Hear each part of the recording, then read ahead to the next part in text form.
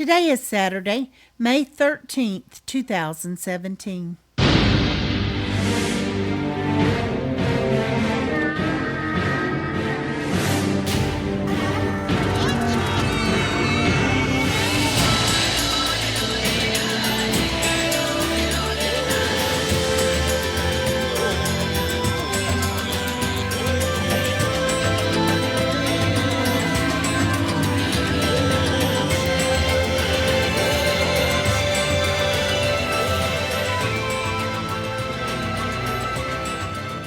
Welcome to the Survivor Fans Podcast. I'm Joanne. And I'm Stacy. And this is the listener feedback show for week 10 of Survivor Game Changers. Yeah, we got a lot of great topics to discuss. And there's the coming, I don't know what it's going to be, but we're building towards this big explosion of advantages and idols and individual immunity, and a lot of people are thinking about that in their feedback this week. So that part's certainly exciting. Gotta happen, and not much time for it, too.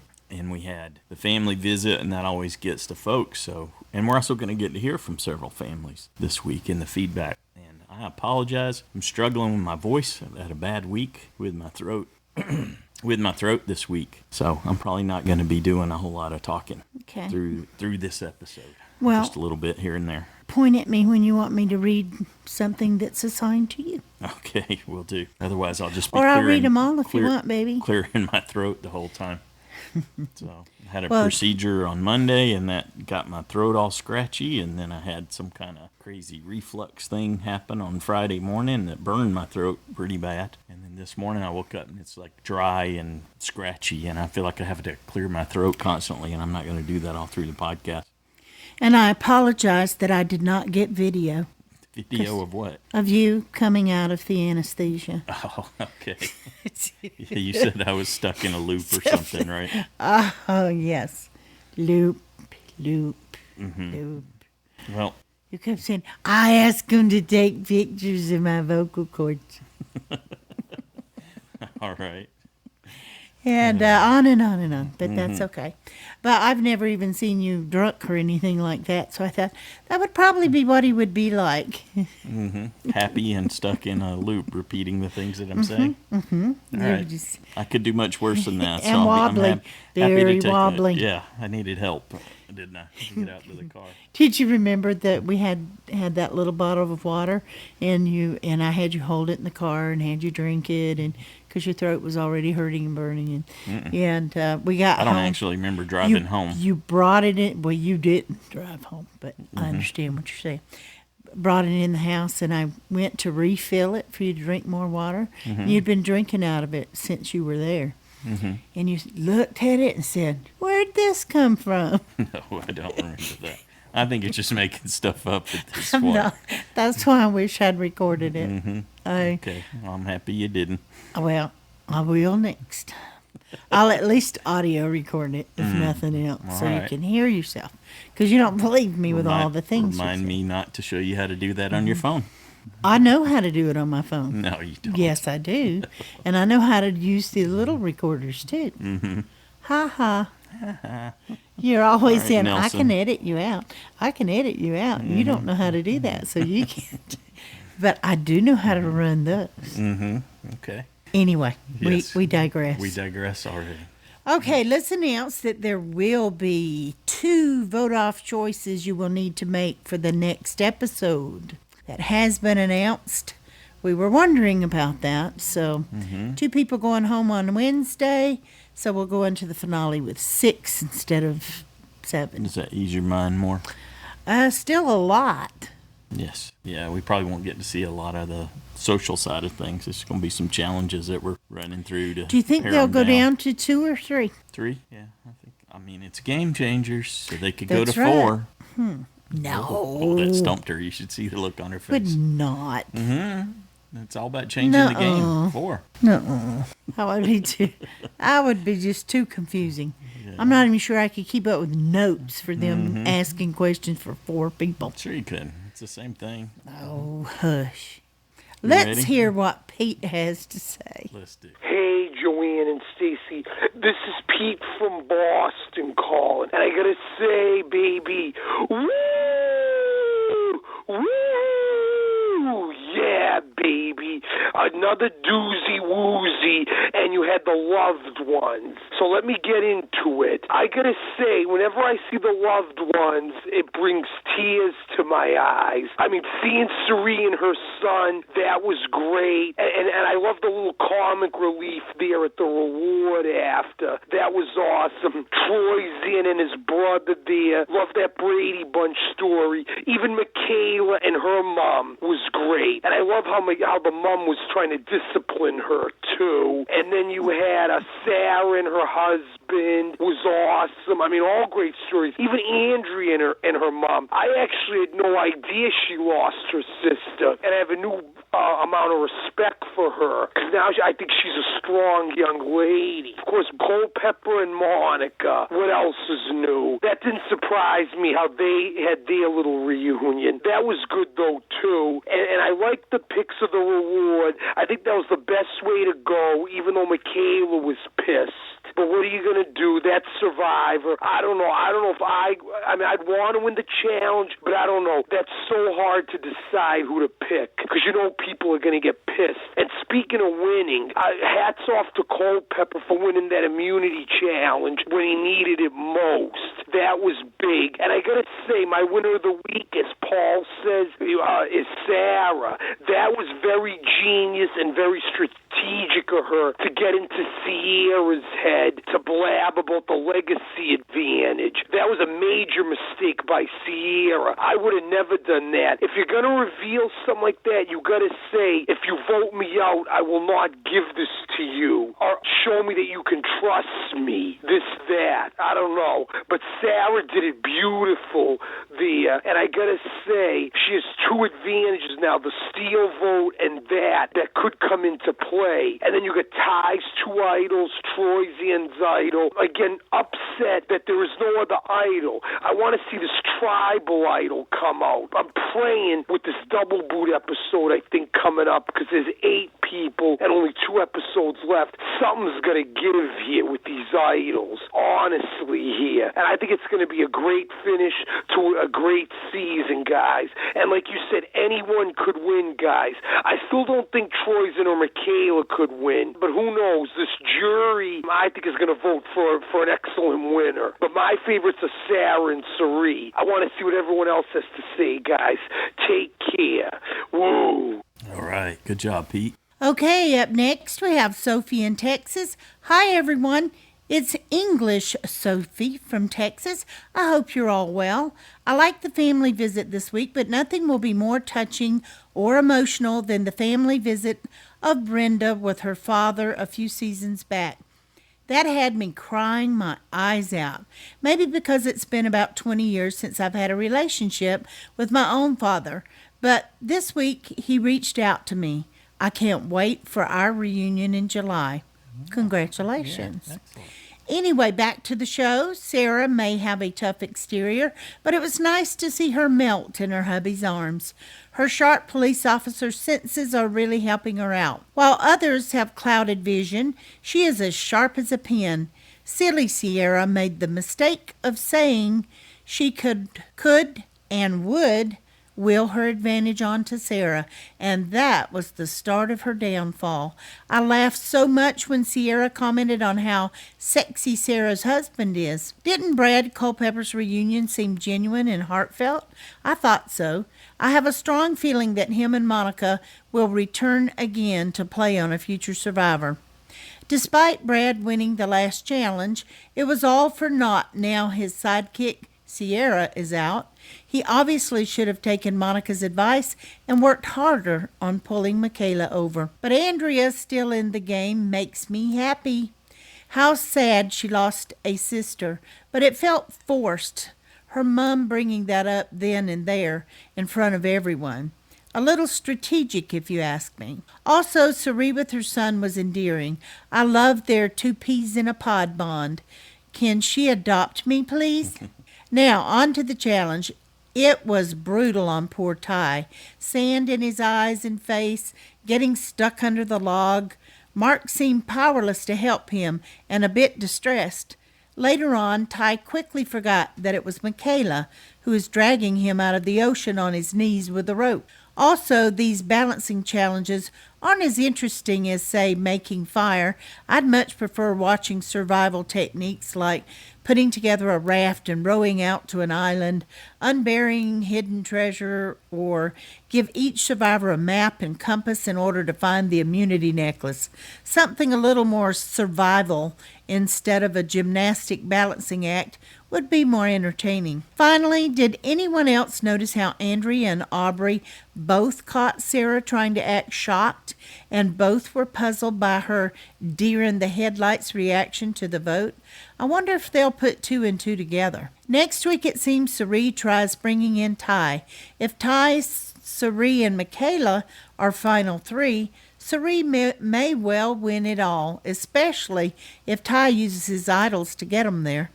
And Michaela, nobody puts Brad in the corner. That's a reference to Dirty Dancing. Yeah. This is my favorite podcast. Thanks, Survivor fans, and Joanne and Stacy. All right, thank you, Sophie. Yeah, thanks, Sophie. Good job. Up next, we have audio from Shea. Hey, guys, this is Shea. Before I get to this week's episode, I have to say that I was so glad that lady called in and agreed with me on Sarah's look to the jury, because I was kind of on board with you guys. You guys had me convinced that I was wrong. Maybe my husband was right. Can't believe I bought that for even a minute. Duh. I knew I was right all over again when the next episode, the first thing she does when they get back to camp is talk about how she's the one who flipped. I mean, she couldn't wait to let people know she was the one. That just confirmed how I felt about the look she gave the jury. It's like she really wants people to know she's playing. But on to this episode, I guess I'm back on the Sarah train. I'm off it. I'm on it. I'm off it. I'm on it. She's just playing too good to not root for. She's really just playing hard. I was really shocked that Michaela and Ty, though I shouldn't have been shocked, they sat and they had a really good plan. They decided to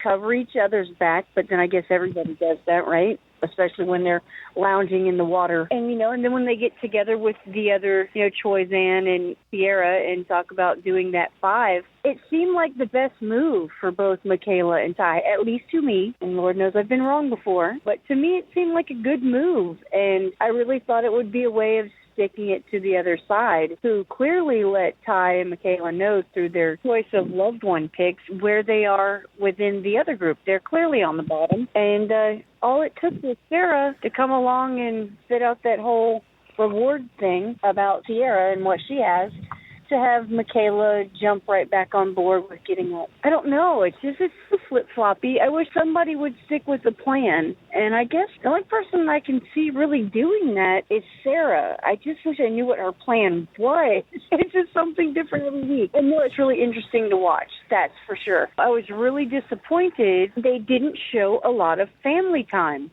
at all. I think they showed Brad talking to his wife about strategy and Sari and her son for just like a second, but I don't think I saw anything with Sarah and her husband, who was so desperate to go. I didn't see anything with Aubrey and her sister. I don't know. My husband's really good looking. I may have been staring off at him for a second and lost track of something. Did I miss something, or did they show those things and I just missed it? It was a great episode. It's really getting down to where I hate to see anybody go. I like everybody who's still there. They're all playing hard. Main thing is I'm glad somebody else saw what I saw. That Sarah girl, she really wants people to know she's playing, and I really do think she kind of looked at the jury like, yeah, you see all that craziness? I did that. You guys have a good day. I can't wait to hear where I'm probably wrong, Stacy. I love it when he tells me I'm wrong. I love to hear other people's points of view. Can't wait to hear what everybody else has to say. You guys have a good day. Bye. You and Sophie are like two peas in a pod.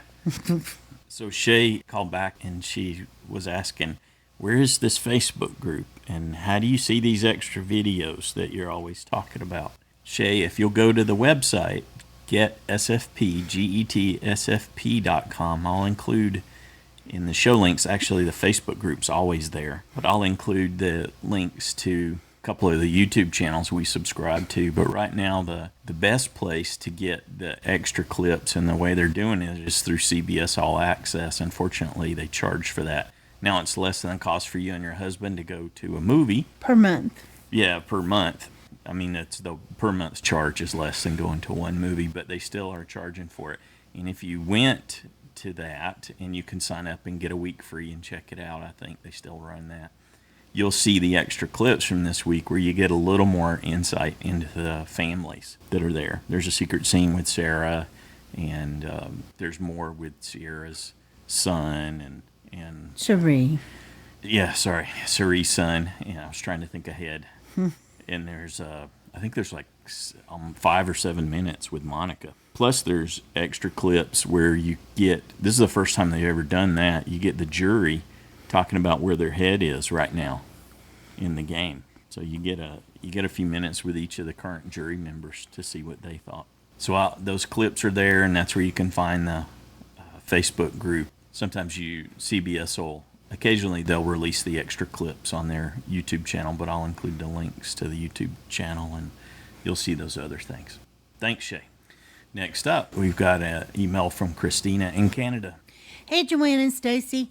I never managed to get it together to provide feedback, but I thought I would write a message with some of my thoughts to share. In a season like Game Changers, why are the reward challenge teams being assigned every episode? The fun of the solo reward challenges is the drama in having to pick a friend or sometimes two to share the reward with. Having the teams assigned takes all the fun out of this. This episode, more people were with their families than not. I think this takes away from the specialness of the reward if everyone is getting it too. I'm finding the edit this season very unbalanced. When was the last time we got a confessional from Troy? He is basically non-existent. Even Brad was barely seen after his immunity win. All the focus was on Sarah and Sierra. Not sure if I believe in the winner's edit theory, but if there's a loser's edit, Troy has that one in the bag. Sad to see Sierra go, but was that ever a big move on Sarah's part? Very, very clever and impressive. I loved watching all that unfold. She's got too big I'm sure the producers are dying for some idol action here. There are only 8 players left, so that leaves a maximum of 6 vote-offs to go if they go down to a final 2. In those 6 vote-offs, there are 3 idols, 1 steal a vote, and 1 legacy idol. So the potential for a crazy tribal council is off the charts. And there could still be another hidden immunity idol in the tribal council. I'm not clear where this tribal council immunity idol rumor originated, but it's been mentioned a few times on the podcast. Yeah, it was in I keep forgetting about it, though. It was in an article. Probst mentioned it back at the beginning of the season. Yeah, I forgot about that. He did say that because he told Dalton they were going to do his idea. It's originally Dalton Ross's idea.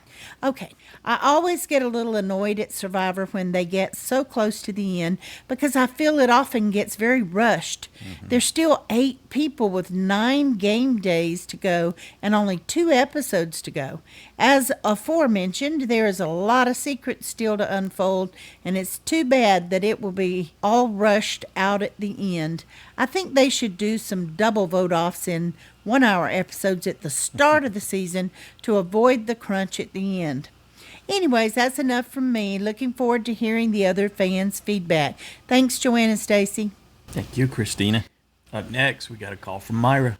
Hi, Joanne. Hi, Stacy. This is Myra from Bowling Green, Kentucky. I just was listening to your recap and just had a thought. With Sarah's 2 advantages and Ty's 2 idols and Troy's idols, I'm wondering if we're set up for another big mess up like we had on Second Chances when Kimmy went home, where everybody at Tribal Council is immune. Because if at 6, Ty uses his idol on his 2 idols on himself and somebody else, Troy uses his idol if he's there, Sarah uses her advantage, plus we have the immunity, then we have a tie. Oh man, all heck is going to break loose at that point. Just wanted to hear your thoughts on that. Okay, talk to you later. Bye. Thanks, Myra. Yeah, it could all come to a culmination when they're down to the final 6. It could be super interesting. I remember getting all confused when Kimmy went out in Second Chances, like you mentioned. So we're definitely headed towards some excitement if it comes to fruition in that one tribal council. Yeah, because we know Sarah can't use that one until they're 6. Yeah. And that's the only time she can use it. So Real we know limited when window. she's going to use that one. Yeah. If she is, yeah. Good deal. Yeah, a lot of people are wondering the same thing in the feedback this week. Thanks, Myra. Next up, we got a call from Victoria. Hi, Joanne and Stacey. This is Victoria from Maryland. This episode was very meh for me. It was very predictable and just very meh because last week I knew that it was going to be the loved ones reward challenge. So I was like, okay, please, no Monica, because I don't want to see that much of Monica, even though I do appreciate her game from the last time. I just didn't want to see too much of it. Then I found myself complaining, like, what's Monica thinking about?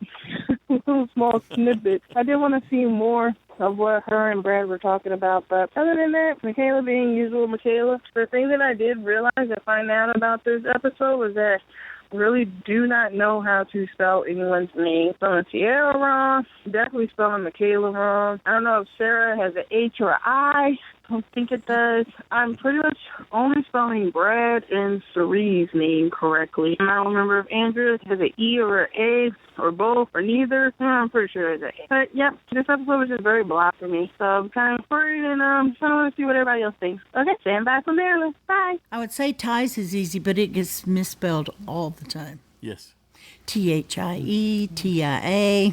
It's only 3 letters, but even it gets scrambled. Yeah, I know. We feel your pain, Victoria. I misspell things constantly. I misspell their names when I'm typing up the show notes. When I'm taking notes, I write Michaela differently because it's just easier. I abbreviate. I spell names. it different ways every other time, I think, as I'm trying to write fast. Yeah, no, I'm the one that proofreads.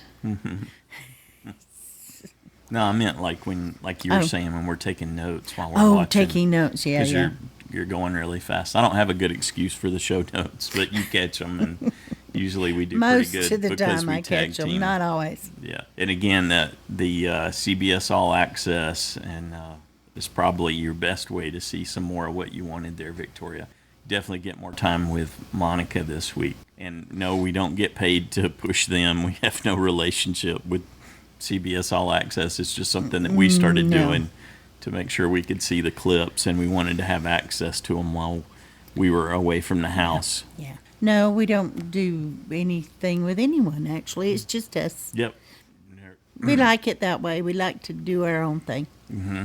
Yeah, no affiliations or anything. When you hear us mention a product, it's just us talking about something that we use. Mm-hmm. Yeah. Thanks again, Victoria. Next up, we got an email from Sarah in SoCal. Hi, Stacy, Joanne, and all the true Blue Survivor fans.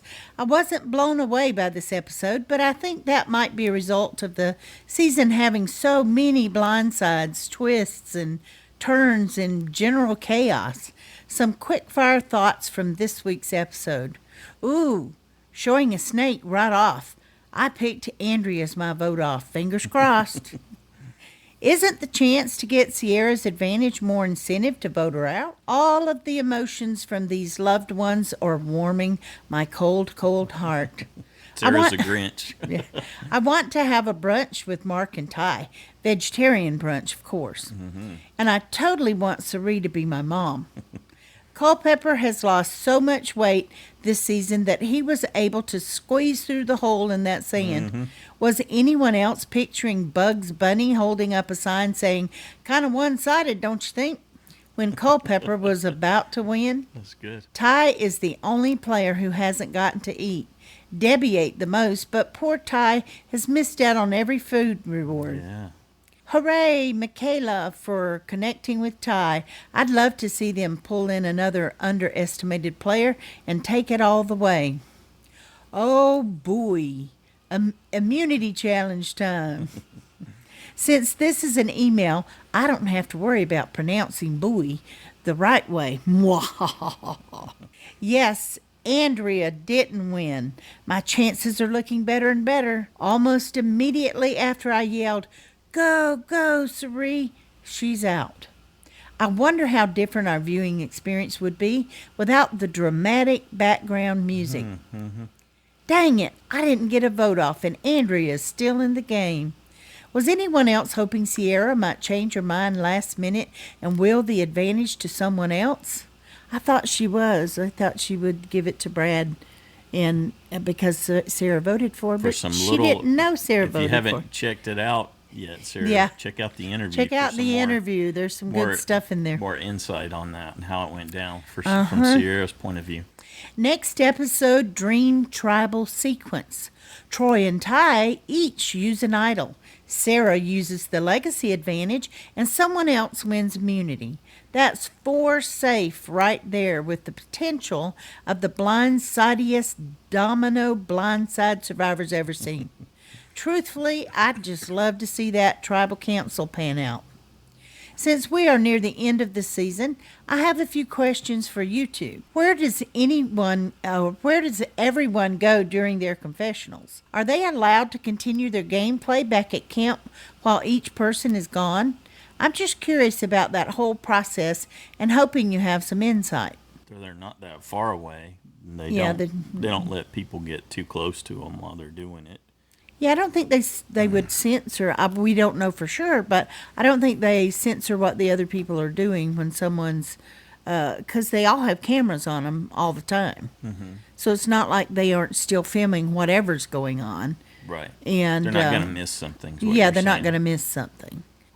Because if somebody were meeting and didn't want them to see it, they would make that happen anyway. More than likely they're not. Yeah, so. There are multiple camera crews at camp. Yeah, they just take them off a little ways where, nobody else is around. And so, okay.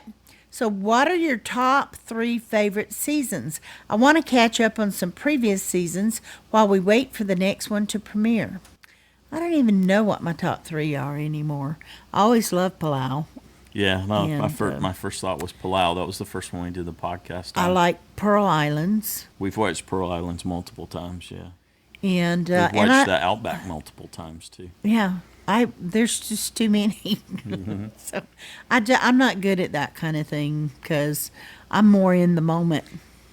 We haven't rewatched anything since we didn't rewatch anything once the 20s started.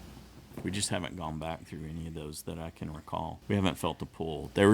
For me, there's a bit of a lull in the 20s where I don't as much. So it's certainly the earlier ones for me that I remember more favorably. Several of the ones during the 30s. Yeah, the 30s have been great. So we will rewatch. We just, we've not had time. Yeah.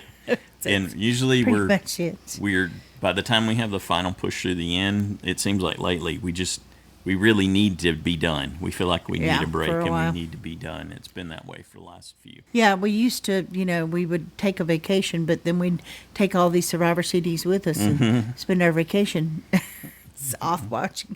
We'd come in the afternoon and spend and spend a few hours watching. But it's been a while since we've done that. Yeah. Well, we haven't been on vacation in a couple of years. So. Yeah. Okay. Let's see. Oh, I guess that's it for questions. Thank you so much for your awesome thoughts each week and all the work you put into the podcast. Have a great week, all. All right. Thanks, Sarah. You have a good week, too. Up next, we have an audio clip from Parker. Hey, it's Parker from Indiana. And oh, my goodness, that was one episode. Wow. I mean, first the loved ones, and that was just awesome. I'm so happy. Even though I don't like everyone, I wish that they all could go on the reward and spend time with their loved ones. Rarely happen. Sometimes you only have one person getting the loved one reward, and that kind of sucks. I'm so happy Suri got to go on the reward, and I'm a big Aubrey fan, and I like Andrea. I really like Sarah this season. Man, she was good in this episode with the whole legacy advantage thing and throwing Sarah under the bus. And then now she has it, and she didn't tell anybody about that part of, Sarah can give the legacy advantage to someone if she gets voted out. That's just genius. Oh, my goodness. And now she has it. That is awesome. Still don't think she's going to win. She has a lot of enemies on that jury. I still have hope in Suri winning. And recently, Aubrey's been less invisible, so hopefully that means that she might have a shot at winning. At this point, I'm happy with seeing anyone win. I mean, besides Ty and Troy's hand and Michaela. Normally it's just one person I'm rooting for, so I'm happy that the majority of the people that are still in the game I'm rooting for to win. That tribal, if Sierra goes home and I get a vote-up point, yay. Oh, that was one crazy tribal, and gave the legacy advantages to Sarah.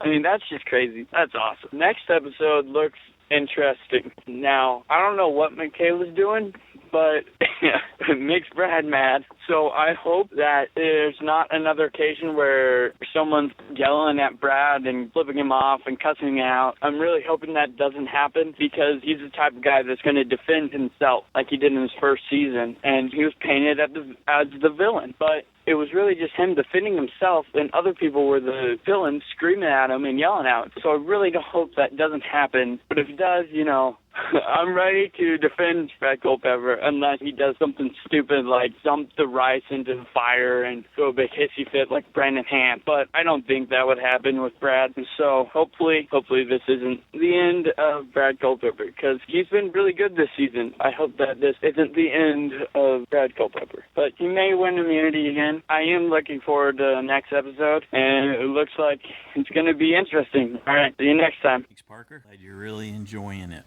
Up next, we've got an audio clip from Marla-n-Sarah. Hi, Joanne and Stacy. Hi, Survivor friends. This is Marla. And this is Sarah. With our feedback, which we're doing in the parking lot in between soccer practice and dance class. We are weeks behind in watching Survivor, but we did want to take a minute to tell everyone Happy Mother's Day, and we hope you get to spend some time with your family and people you care about. Even if you're not a mother, we know that you mother somebody in this world, so we hope that everyone is well. Sarah, what are you giving me for Mother's Day? I'm going to give you the chance to watch my soccer game, and you're going to get to drive me to gymnastics. Just what I wanted. We hope you're all well. Joanne and Stacy, thanks for all you do, and we will catch up and talk to you next week. Bye. Bye. All right. Great to hear from you guys. I'll do it. Up next, we have Brandon from Brooklyn. Ding dong. Who is it? A nice little blindside. Wow, these episodes of Survivor have been very good. I'm happy Sarah is doing well. Stacy, I'm happy you are on the Super Sarah bandwagon after calling her Sucker Sarah the first time she played. I just loved how she convinced Sierra that she should give her the legacy advantage. I also liked how Sarah convinced Michaela that voting out Sierra is in their alliance's best interest. I was disappointed in Sierra's game. She just relied on having a 6-person alliance and formed no relationship with Michaela. I don't understand how you can spend 30 days on Survivor and not want to form an alliance. I liked how Sari formed a bond with Michaela at the beginning of the merge.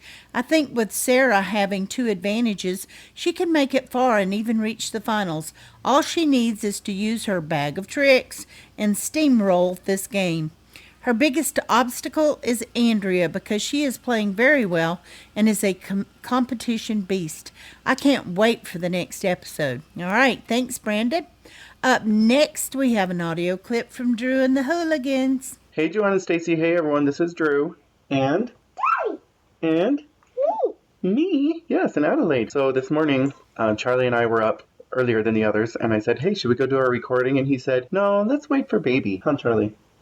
Yeah. So he was insisting. Of course, then when Adelaide woke up, he changed his mind and wanted to do other things instead. But here we are, huh? We're going to do a quick recording, okay? So, you guys, I had it down when I was making my picks to Sierra or Andrea to go, okay? I picked Andrea to go. And not only that, I picked Sierra safe. That's right. I double whammied myself right out of those points. But, man, it made for a pretty exciting tribal council. I was pretty sure that I was going to get it. I just thought, they're just doing this to the last minute. But I thought they were just tricking me, but I guess they were, just in the other way. That's a 4x4. Okay, a couple of things. I usually kind of like the family visits, but this time, the reveal of them, I swear, was like 10 or 15 minutes. It took forever, and Jeff was in full-on failed talk show host mode, asking about everyone's feelings, and I was just like, get on with the challenge. And then by the time they won, then they took forever to, pick the extra people. Of course, they were going to pick one more, and then one more, but then they had like 30 seconds showing the actual reward. They had like one tiny moment with Sari and her boy, and one tiny moment with Monica and Brad, and then that was it. And I thought, this editing is just off balance, just kind of frustrated me. So here's an idea that I had that I meant to say last week and I totally forgot. So if they really want to make this a game changer season, I know this would never happen, but wouldn't it be crazy if at one point, like in the next episode, or for one tribal council or whatever, they said all advantages, maybe even, no, except for individual immunity from the challenge, but all extra advantages, these legacy advantages, these extra votes, these steal votes, these hidden immunity idols were void. I mean, maybe even for the rest of the season. I think that would be nuts. That would totally throw some people's games and their whole strategy right out the window. Don't you think that would be crazy? I think that would be awesome. It would seem totally unfair, but it would be so interesting and definitely change the game if that's what they really want to do. Anyway, just a crazy theory I had. Let's wrap it up. Winner of the week, Andrea again? Just because she just keeps maneuvering her way out of the target? I don't know. Or Michaela? I don't know. It's so hard to keep up these days, and I don't know. One of those two or someone else. Who knows? Loser of the week, Sierra. Couldn't she figure it out? I guess not. She was just telling everyone everything. Every time she told someone something, I said, why are you doing this? Why are you doing this? I mean... Daddy? Yeah. She's not a loser, but someone has to get the distinction for the week, so I guess it's her, just because they showed a couple of bad moves on her part, and I did enjoy her interview, though, so of course that was fun and interesting. And anyway, that's all I got for today. Adelaide, do you want to say anything else? Yeah. What? Adelaide. Okay, good. Do you want to say anything else, Charlie? Charlie, oh, they just wanted to announce themselves as we go out. Okay, everyone have a great weekend. Gonna have a fun Saturday and see what adventures we can find, and talk to you guys next week. Bye. Say bye. Excellent. I like that. See what adventures we can find. I really enjoyed the interview with Sierra very much. And I thought she gave some extra insight that, I liked knowing how they were chosen for the teams were chosen for the reward challenge. And that the loved ones got to participate in that. So that was pretty cool. Okay, up next we have an audio clip from Kenny. Hey guys, it's Kenny from Dallas. Another good episode for Survivor Game Changers. I think this is a very good season. I want to put it in the top tier, but I think it's certainly an above average season. I thought your interview with Sierra Dawn was very informative. It showed that she understood her underdog status and that she didn't think she initially deserved to be on the game. And she showed good self-awareness, and I hope she gets to play another time. Well, there's so many idols left in the game and too many advantages that people like Sari and Andrea, I think, are more or less done for if they don't have something else in addition to themselves. And I think Sari would more or less have to win out with immunity challenges to make it to the end. Frankly, has she ever won an immunity challenge, an individual immunity challenge in her previous seasons? I'm not so sure she has. Come think of it, did Sandra ever win an immunity challenge in her previous seasons? There seems to be a bend for the immunity challenges not having much of the mental component, except for maybe doing a puzzle. There are no quizzes they have anymore. It's almost all physical, and I think that obviously is Sari's disadvantage. Well, I hate to read into Survivor edits who's going to win, who's not going to win, but I'm beginning to believe that the way the edit is shaping, we're looking at a Sarah victory. She has made a lot of moves, and they have shown them. Her little bit with her husband and the baby at home kind of reminds me in a way of Jeremy wanting to win for his unborn baby with Val. I just think that Sarah is pointing in the right direction. No one else has really given that great an edit to point them towards victory. Aubrey, who I thought would bring a lot more, really hasn't shown that much. Andrea seems to be a big target, and if she makes it to the end, maybe she does deserve to win, but I think she's on her way out. Sari has shown something, but I think no one's going to take her to the end. Maybe I'll end up with people at the end like Troyzan and Ty, who really haven't done that much, and Ty certainly can get there based upon his advantages with the idols. All in all, a very solid season, and I'm looking forward to it. Take care. Bye. Thanks, Kenny. Aubrey's definitely been kept at arm's length the whole season, it seems like. Yep, I agree. Next up, we got an email from Jack in California. Hi, Joanne, Stacy, and all Survivor fans. The family visit episodes are always filled with emotion. This year's was no different, but it didn't get to me that much. Before I talk more about this, I want to talk about Sierra for a second. I don't know if it was smart for her to reveal the legacy advantage to Sarah.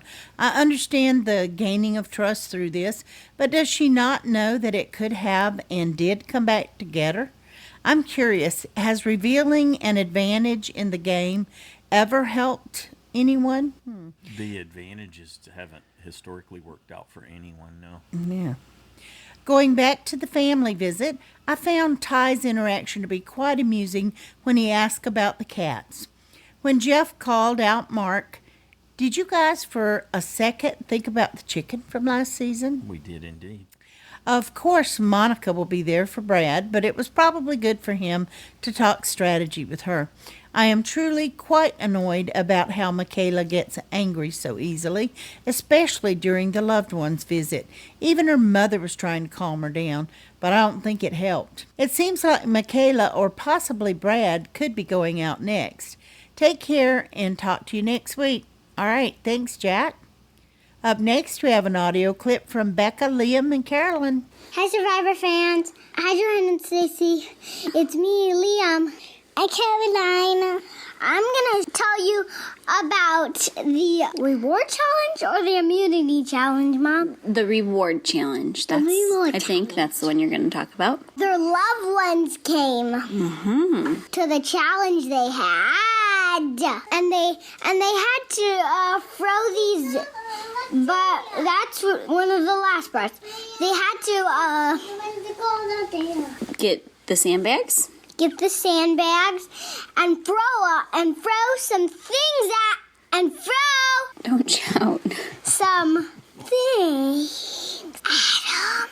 Just talk regular. Okay. Okay, sorry about that. Liam gets really interested in like the voice memo that we use, you know, the little lines that show how loud and soft your voice is getting. That's why he's kind of crazy leaving feedback. It's always fun to see the family visits. My favorite little reunion this week was Sari and her son. I'm so glad that he got to go out there, and it was pretty fun to see his reaction to being there. What a great experience for this young kid. I kind of half expected that Monica would tell Brad that he was going to sacrifice their visit and give it to somebody else just for that self-sacrifice thing that they've got going on. But she didn't. In the immunity challenge, Liam, when Jeff said that, you know, they'd been at this for 32 days, he misunderstood and thought that he meant that they had been holding those buoys with the sticks for 32 days. So that was pretty funny. Even though humbled Sierra was better to watch than the other Sierra, I'm glad with the way things turned out. I'm glad she's gone. And I don't know who I think will get voted out next, but I'll say that who I hope will get voted out next would either be Brad or Andrea. And I don't know who I think would pull off a win, but I'll say that who I hope will pull off the win would be Sarah or Sari, which kind of surprises me because I'm not Sari's hugest fan, but just seeing her with her son today tugged on my heartstrings a little. All right, thanks a bunch, and I can't wait to hear everyone else's feedback. And Joanne and Stacy, thank you so much for bringing us all together every week. Bye. All right. Thanks, Becca, Liam, and Caroline. Up next, we have an audio clip from IronDave. Hello, Joanne and Stacy, and my fellow Survivor Fans podcast fans.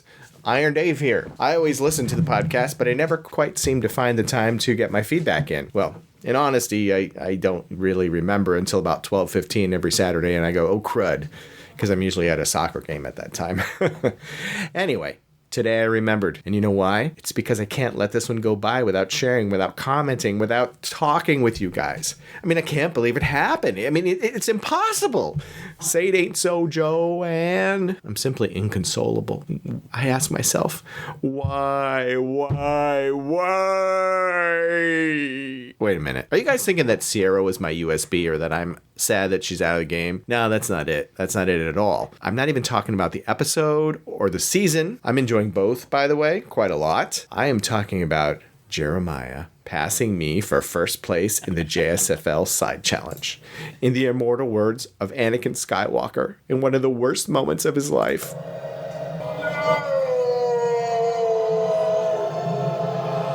That's right. No, Jeremiah, no. I have only one thing to say, really, and that's to Jeremiah. I know what you're thinking.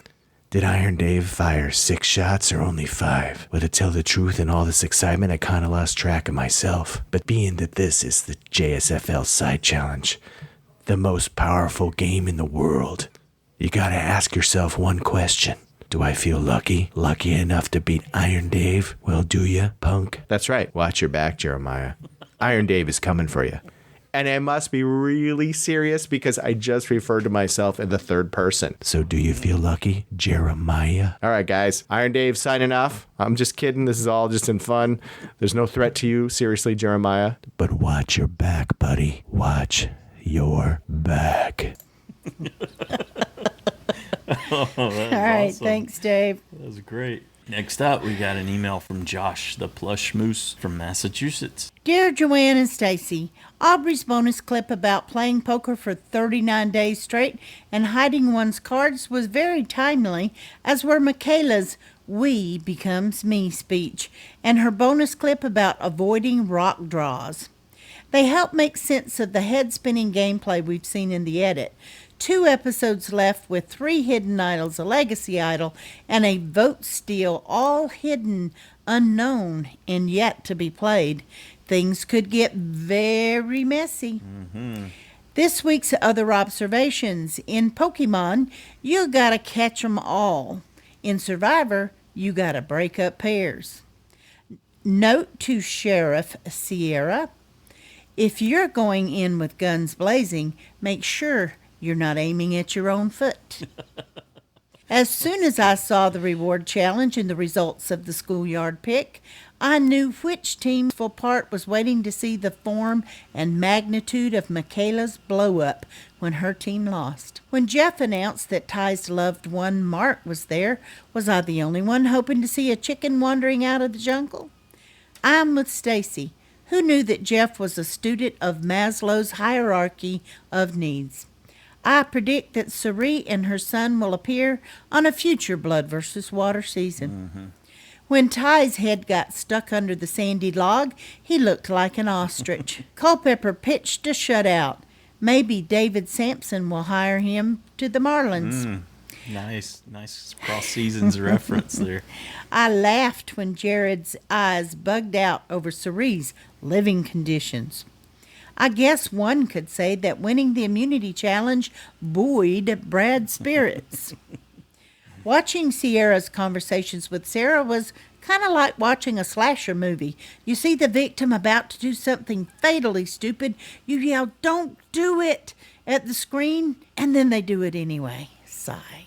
Michaela's "We Becomes Me" was the opposite of "Turn your frown upside down." Sari is playing a subtle 1L Michelle game.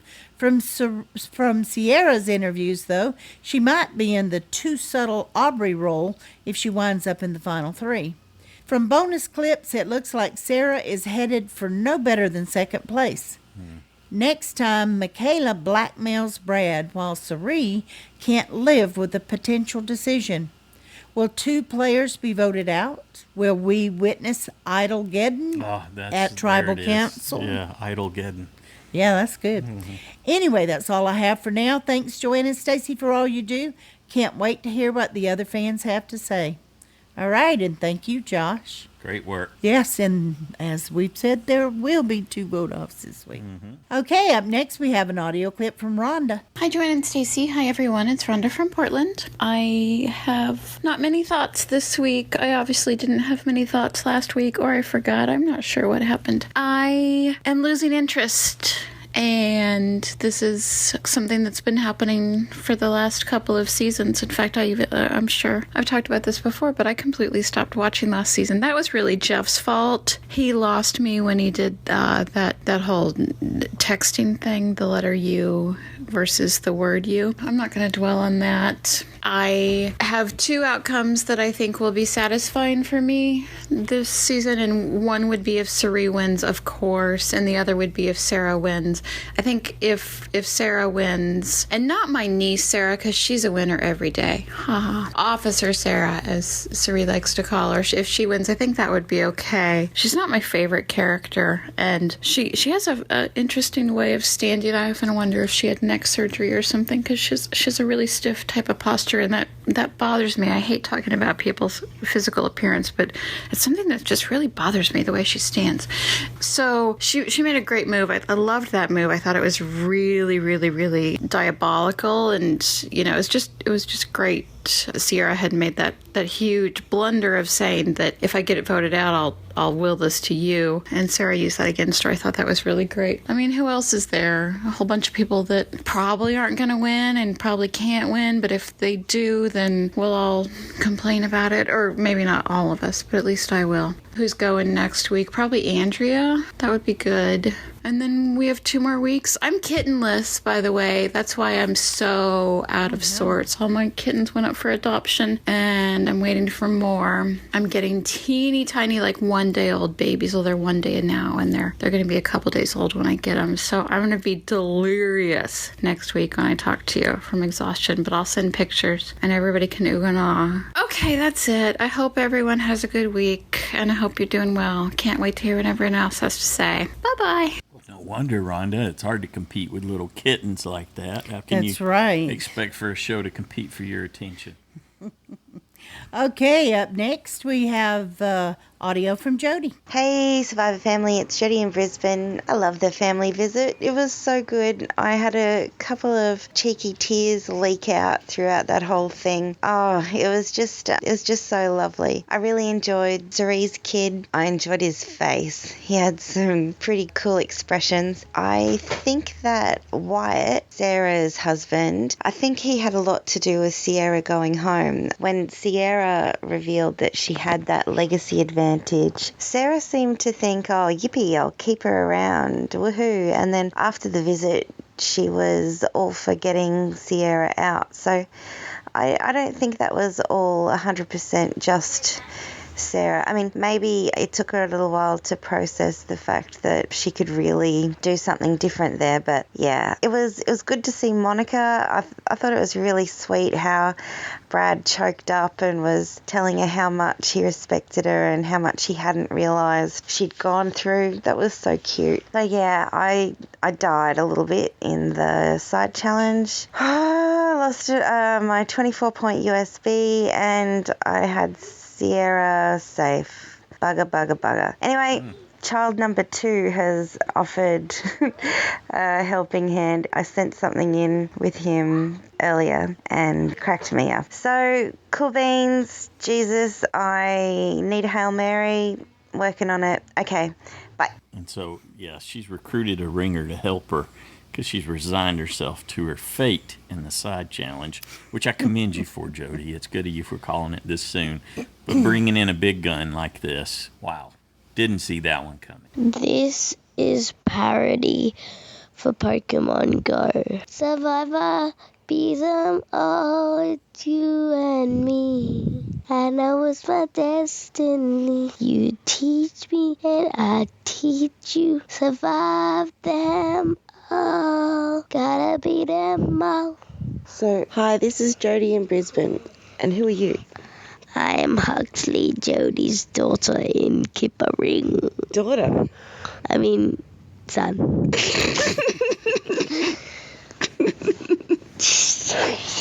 How embarrassing. Jody's son.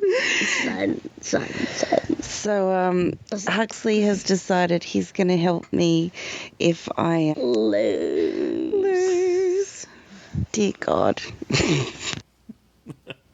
Excellent. Way to go. I enjoyed your 2 Pokemon references and 1 listener feedback show. Good job, Huxley, and good job, Jody. Yeah, I can tell Huxley's got his mom's sense of humor there. Next up, we got an email from KimJ in Nashville. Hi, Joanne and Stacy. I picked Sierra to go last week, but those Survivor editors sure had me thinking it was Andrea by the time Jeff read the votes. I listened to an interview with Natalie Anderson a few weeks ago, and she was originally supposed to go for this season, but her dermatologist wouldn't give her clearance 2 days before, and that's how Sierra Dawn went on such short notice. I definitely enjoyed her more this second go-round, but boy, did she make a big blunder by telling Sarah about the legacy advantage. Stupid. But then again, she wasn't really a game changer anyway, and that further proves it. Smart of Sarah to have that shocked look on her face after Tribal, but Andrea caught it and gave her a look.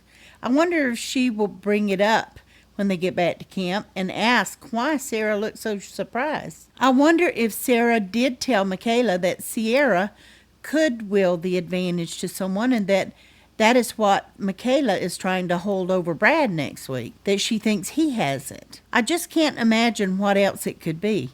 That's good. I know. I hadn't thought of that. That could be that, because I was like, what could she have on him? Yeah. I'm thinking Brad goes home next week, leaving 3 idols and 2 advantages with 7 people going into the finale. I'm intrigued to see what Sari is planning next week, too. Maybe she is plotting to get rid of Officer Sarah. I can't really see her turning on Andrea. That's her shield. I definitely look forward to seeing her. I think Michaela was smart to hook up with Ty, but the question is, will it last? I think Michaela is in, but you never know with Ty. Looking forward to what everyone else has to say. All right, thanks, Kim. Yeah. And thanks for that. I hadn't really thought about that, that she might think that Sierra gave it to Brad. I thought Sierra would give it to Brad. I was really surprised when she said Sarah. Good job, Kim. Very clever girl. Next up, we got a call from Jen. Hi, everyone. This is Jen in California. I love the family visit episode. I look forward to it every season, and I miss it on seasons that it's not there. I think it just gives us a great glimpse into the life of each of the survivors and what they've left back home. It really says a lot to see how they react with the people that they can trust. I think I enjoyed seeing absolutely everyone's reunion. I think the one that I was most surprised about, though, was Brad and Monica. It was just kind of weird how she just kind of strolled out there. She wasn't really running to see him. I'm sure she misses him at all, but it just struck me as odd. Everyone else ran and jumped into the arms of their loved ones, but she just kind of strolled there, made him come to her. It was a little weird. But that's what I mean by being able to see what people are like when they're around their loved ones. I mean, that told a lot to me about possibly the relationship between Monica and Brad and kind of their everyday life, so to speak. Another thing I thought of during the family visit was last week I said that somebody in Survivorland likes Andrea, and that's why she's been getting on the show so much. Well, perhaps I was wrong. Maybe somebody upstairs likes Andrea or loves her a lot and kind of worked their magic in the universe to allow her to be on Survivor, which gives her family so much joy in the midst of the loss that they had. I found that a really poignant moment, especially in light of just kind of my thoughts about why is Andrea here all the time? And for those of us that believe that there's something more to the universe, I think this has been a very, very healing thing for this family, and it made me happy to see and hear that. I'm kind of going to jump around here a bit, but Sarah. I'm trying to wrap my head around the game that she is playing. I think she's playing a good game. I think she's going all out. She's making a lot of moves. She's involved in a lot of conversations and decision-making. She absolutely did the right thing when Sierra told her, hey, I have this advantage, and if I get voted out, I'm going to give it to you. I mean, who wouldn't think, well, then you're going so I can get that. That was definitely a big mistake on Sierra's part. But then, let me go back before I go forward. Then she helped carry out her mission of having Sierra be the one voted off, and that was a very astute gameplay. Then, at the end of Tribal Council, when Sierra's walking out the door, Sarah, in my opinion, is doing this completely unbelievable impression of somebody who just got blindsided herself. Looking around at everybody, how could this have happened? And the cameras even flashed to Andrea, who looked at Sarah with a look like, why are you looking like that? You knew this was going to happen. Because we saw that moment, and especially we saw it through Andrea's eyes as well as Sarah's eyes, I think that's going to come back to bite her. Her being Sarah. We'll see. We'll see what happens. That's it for me. Can't wait to hear everybody else's feedback, and till next week. Bye. Thanks, Jen. Yeah, what that look ends up meaning, I think, is a big question for all of us. Mm-hmm. How it plays out. And that they showed it. Or it could be nothing. You never know. There you go. Okay, next up, we got a call from Paul. Hey, Paul in Louisiana here with a much better connection this week. I'm going to start this off by telling you what the JSFL does to this show for me. Right before I sat down to watch this week's drama unfold, I got a strong feeling of dread that Sari would be voted off, and I started wishing that I could change my picks, because I didn't pick her to go. About a quarter of the way into the episode, this feeling disappeared, but the excitement and the tension that I felt at the beginning of the episode all came from playing the JSFL. To those of you listening out there who don't play, well, I can't recommend it enough. It adds so much more to the season. Okay, so I still think it was a stupid idea for Sierra to tell Sarah about her having the advantage. I know I'm saying this after she's been voted off, but I said it last week as well. I just can't see it as anything but a dumb move. Ty has obviously learned a lot since he's played last, and he's in a great position right now because he's keeping quiet. I also don't understand why Sierra would give the advantage to Sarah over Brad. Was it because of that exceptional acting job that she did? That whole thing where she looked confused after the vote. Wow. You know, I had to rewatch the vote reveal just to be sure that Sarah voted for Sierra to go. Now, if you ask me, Andrea is going next. I haven't even tried to work it out in my head, but right after the episode ended, I had a strong feeling that she's next, and I'm sticking to it no matter what the previews might show me. I think the season will end with players who are flying more under the radar. If Ty can hold his idols and not play them, and then wear them to the last tribal council, wow, wouldn't that be a great way to show how well he played this season? But it's very risky. Too risky, if you ask me. I think Aubrey and Troyzan and Michaela would be great to take to the end, but which player would do that? Honestly, Sarah. She's got game this season, and I think it's quite obvious to all of us.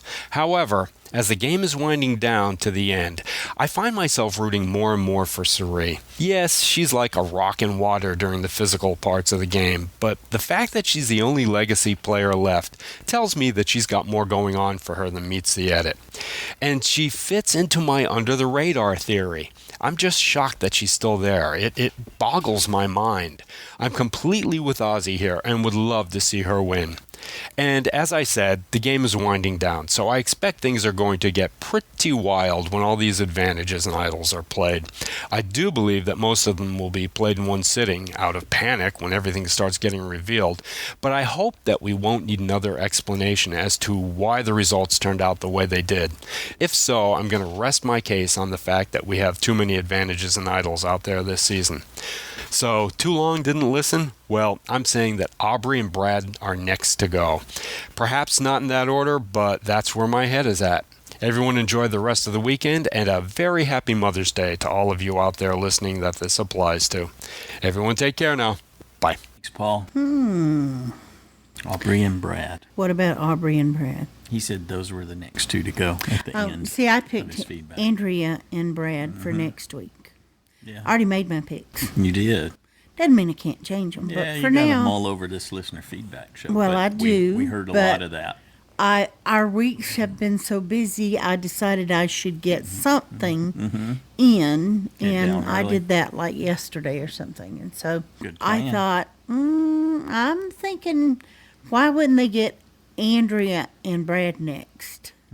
Because they've got plenty of time to kind of turn on the others, but I think a lot of them know that Andrea could take this thing if she gets there. So a lot of the people playing like her. And Brad could also be dangerous. To Paul's theory, it would only leave the under-the-radar players, because certainly Sari had to go under the radar because she was such an early target. Troyzan's king of under-the-radar this season, and Aubrey's probably the queen. Well, it's looking like one of the possible alliances is Sari, Michaela, Sarah, and a Ty. But, so I was thinking if they get rid of Andrea and Brad, then the others could fight it out from there. Because, truthfully, if they do have an alliance, those four, Sari and Michaela should know they have to get rid of Sarah. Or Sarah, I think Sarah takes it. Because she's been more out there of showing what she's doing and making big moves. Unless she's, really made some of the jury mad. I had a theory. I think it was when I was working on Parker's audio that popped into my head. What if the thing that Sari has to do that has her questioning it, like it seemed like she was having some kind of ethical dilemma, right? What if it's because she decides, given that everyone knows that Michaela's a hothead, what if she decides to set Michaela up somehow? It'll cause a diversion. It keeps everyone away from Sari, but she just decides to set her up so that she'll go off and it gets someone else. She gets them all tangled up, in addition to whatever the blackmail thing's going on. What if she decides to use her knowledge and her ability to manipulate to set Michaela up, and that's what she's struggling with, knowing that that's such she's taking advantage of a weakness that Michaela has. Yeah, that would be tough. A struggle to do, right? Yeah. Yeah, she's setting her up for To some live kind of with, fall. yeah. That she takes her down. But why the hard would way. she? Supposedly, she's in a good alliance with Michaela. Why would she risk You take your threats out. that this early? Why not wait till you get some of the other bigger threats? One more out, and you are towards the end. So, There's still 8 people in the game. and then there's going to be 7. Things can change quickly. It's just a Alliances theory, just an shift. idea. It just, like I said, it popped in my head. If that's the kind of thing that's given her an Ty's ethical totally dilemma. unknown. Sarah's unknown because she's flip-flop back and forth. And so, I don't know. Maybe Cerie trusts Andrea, but it hasn't appeared that way. And you can take Doesn't that, even seem that Aubrey's in the loop as much. you can take that pattern and play it for Sarah too, I guess. Sure. But anyway, I have to make a choice. She risks setting up Sarah and sharing something that Sarah had said or something to that effect. Yeah, could be. I'm just excited. It's still really holding my interest. Mm-hmm. See what's going to happen next. Yeah. These folks, they're not duds. They're not people that we think of as having, with the exception always of Cerie, as having just superb gameplay or exciting gameplay. But I think we're all anxious to see how this comes together, and they're all trying really hard. They're doing their best. Yeah, and even though we're not seeing a lot of Troy or Aubrey's gameplay, I do believe they're playing, and they're playing their own strategies. We know they are. You can Yeah. tell from the extra clips. It's for whatever reason what they're doing isn't prudent to the storyline that the editors have selected. That's your only. That's what you're left with, because you hear them talking about what they're doing and why in the extra clips. And Troy Zahn certainly had plenty of those, but he's also invisible in the primary portion of the show. So where does that leave you? Not sure. The right editors. back of didn't think Monel Michelle had a chance to win. Well, you didn't, but I did. You did, yes, but she was your USB. From early on. So you would have said that anyway. No, I think I made a good case for her along the way, too. All right. Thanks again. We want to say special thanks to everybody who took the time to send in their thoughts and predictions. All the different ideas that were shared this week definitely got me thinking. Also want to thank Erica and Mark for your donations. We greatly appreciate it, and we will use it for our podcast expenses. Thank you very much for helping out there. Very generous. Yes. The listener reward bonus question, again, the answer was Slingshot. And we announced the other night that there were like 95 people that got the point, and we had to go through and review some others because it depends on how it was written. But when we went through the Steve did remaining... his magic. Yep, Steve did his magic, and now there is 150 people that got the point. So good job. It was Thank just you, like Steve. written in a different way than we had it. So we usually have to do that manually. You did a wild card so. search and pulled it out. Yeah, so they actually had the correct answer. They just might have added another word or something that So it your wouldn't score accept. should be updated to reflect Yes, that. everything is updated now, and everybody that deserved a point got it. And so there is now only one person in first place instead of a tie. That made the difference. And also, there were a couple of changes to the side challenge scores. Yeah. Whereas Jeremiah was in the lead with 47, he's now in the lead with 48. Okay. Sorry, IronDave. Uh-huh. And Jonathan also got an extra point. So. Good job, guys. And don't forget to make your JSFL picks before the deadline, and be sure to select 2 vote-off choices. If you've already made your picks, please go back and make the second vote-off, and because otherwise you won't have an opportunity to get that extra point. Anything else? Happy Mother's Day. Happy Mother's Day. And we hope you all have a good week, and we'll see you back here on Wednesday.